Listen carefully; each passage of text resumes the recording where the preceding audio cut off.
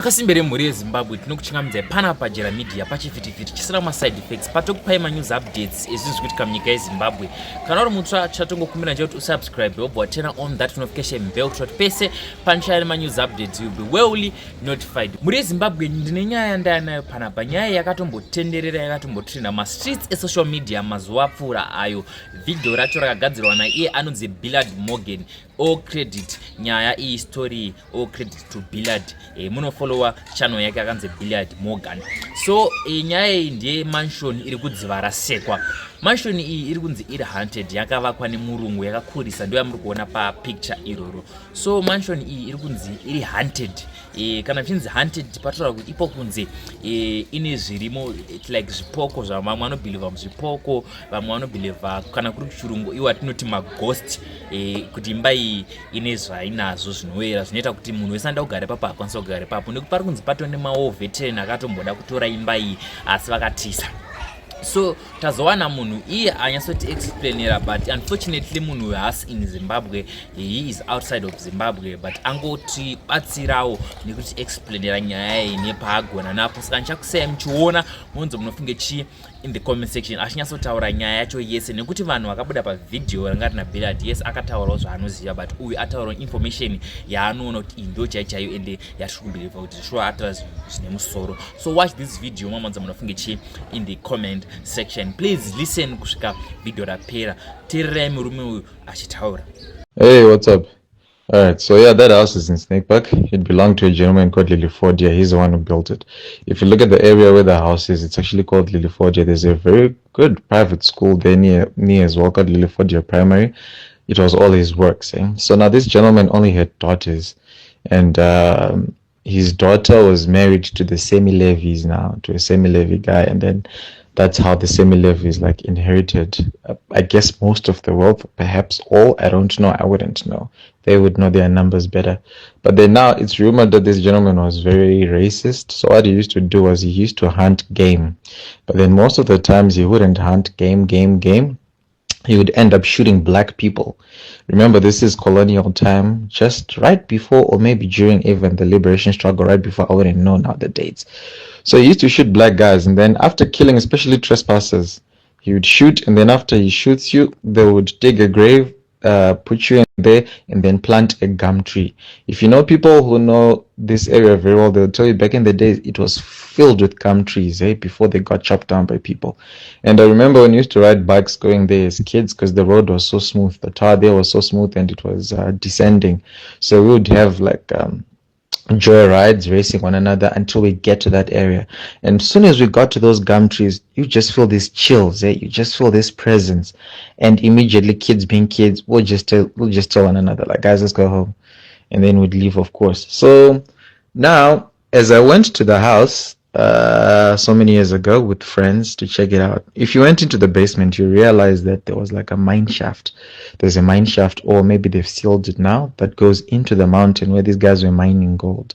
So it's like they were mining gold, and the farming was almost like just a cover up, or maybe diversifying, I don't know.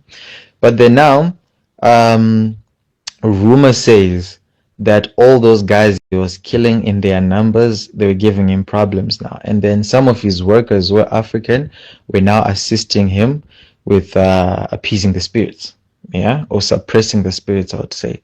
So it's like the trouble began when the guy died. That's what rumor says, that the trouble began when the guy died, that all those people that he had killed,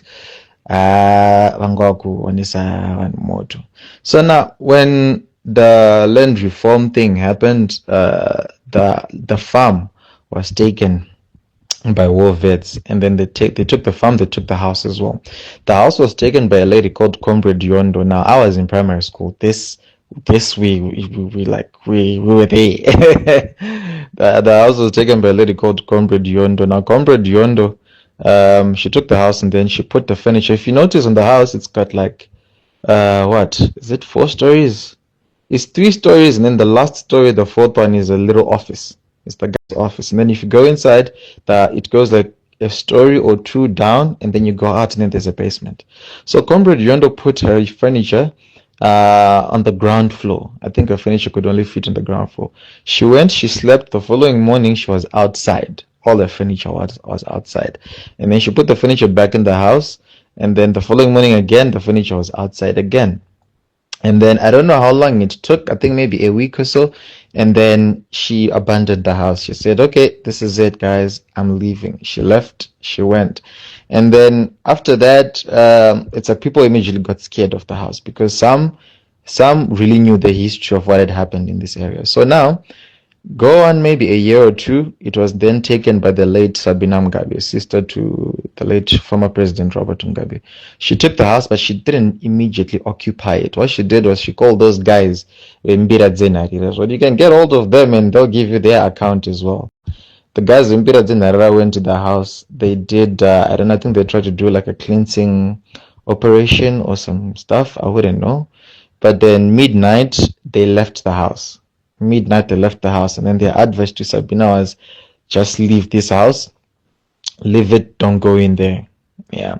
So Sabina left the house. And then after Sabina left the house alone, now people were scared now. Like, okay, these guys came and then this happened.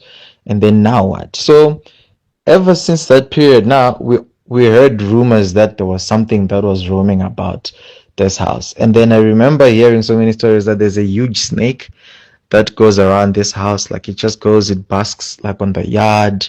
If you're on the yard and there's like a bit of sunshine, you'll see the snake and like you really can't do anything to it. So I thought it was a myth. Honestly, I thought it was a myth until in 2016, January of 2016. Yes, I went there and I've got pictures I'll send you as well. I went there with a cousin of mine. We went up there.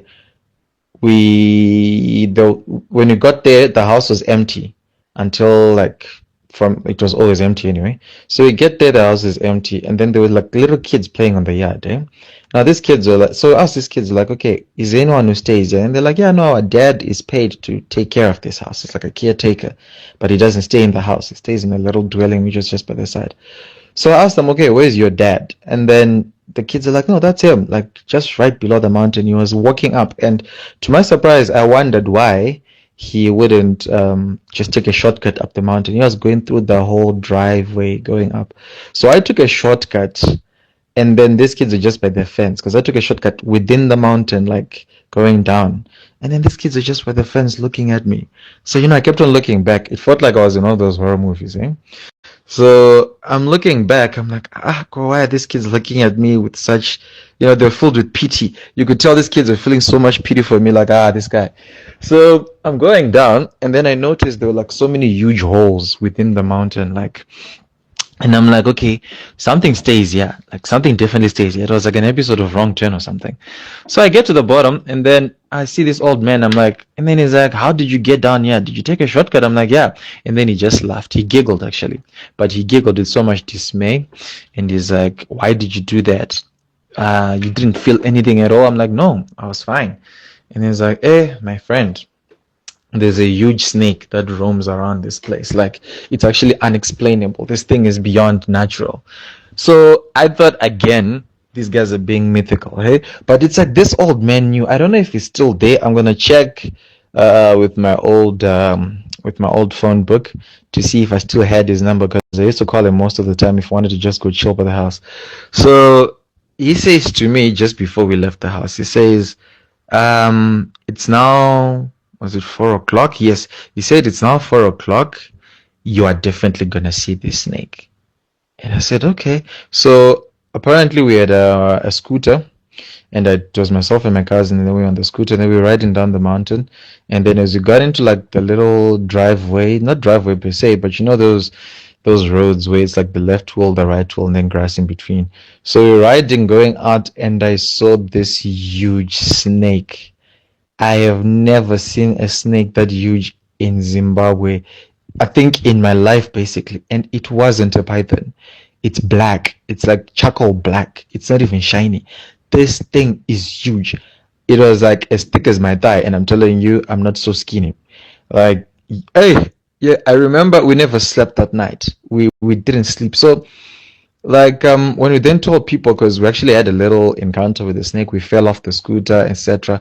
When we fell off, when we got up to try and run away, the snake was gone. Like it was gone, just like that. So when I told people, and they're like, "No, that thing is not natural. Like with how big it is, can you explain how fast it disappeared?" And I was like, "Yeah, I can explain how fast that thing disappeared." So that snake roams about that mountain and that house.